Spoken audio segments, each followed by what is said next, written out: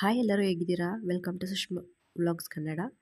ಇವತ್ತು ಸಾಯಂಕಾಲ ಆಗಿದ ತಕ್ಷಣ ಏನಾದರೂ ತಿನ್ನಬೇಕು ಅನಿಸ್ತಾ ಇರುತ್ತೆ. ಅದಕ್ಕೆ ಕ್ವಿಕ್ಕಾಗಿ ಪಾಸ್ತಾ ಮಾಡಿ ತೋರಿಸೋಣ ಅಂದ್ಕೊಂಡಿದ್ದೀನಿ.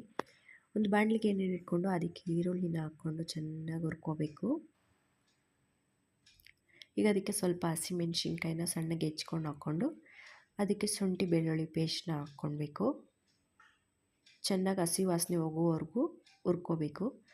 ಆಮೇಲೆ ಅದಕ್ಕೆ ಒಂದು ಟೊಮೆಟೊನೇ ಹಾಕ್ಕೊಂಡಿದ್ದೀನಿ, ಚಿಕ್ಕದು ಟೊಮೆಟೊ ಹಾಕ್ಕೊಂಡಿದ್ದೀನಿ. ಅದನ್ನು ಚೆನ್ನಾಗಿ ಸಾಫ್ಟ್ ಆಗೋವರೆಗೂ ಹುರ್ಕೊಂಡು ಅದಕ್ಕೆ ಸ್ವಲ್ಪ ಖಾರದ ಪುಡಿನ ಹಾಕ್ಕೋಬೇಕು.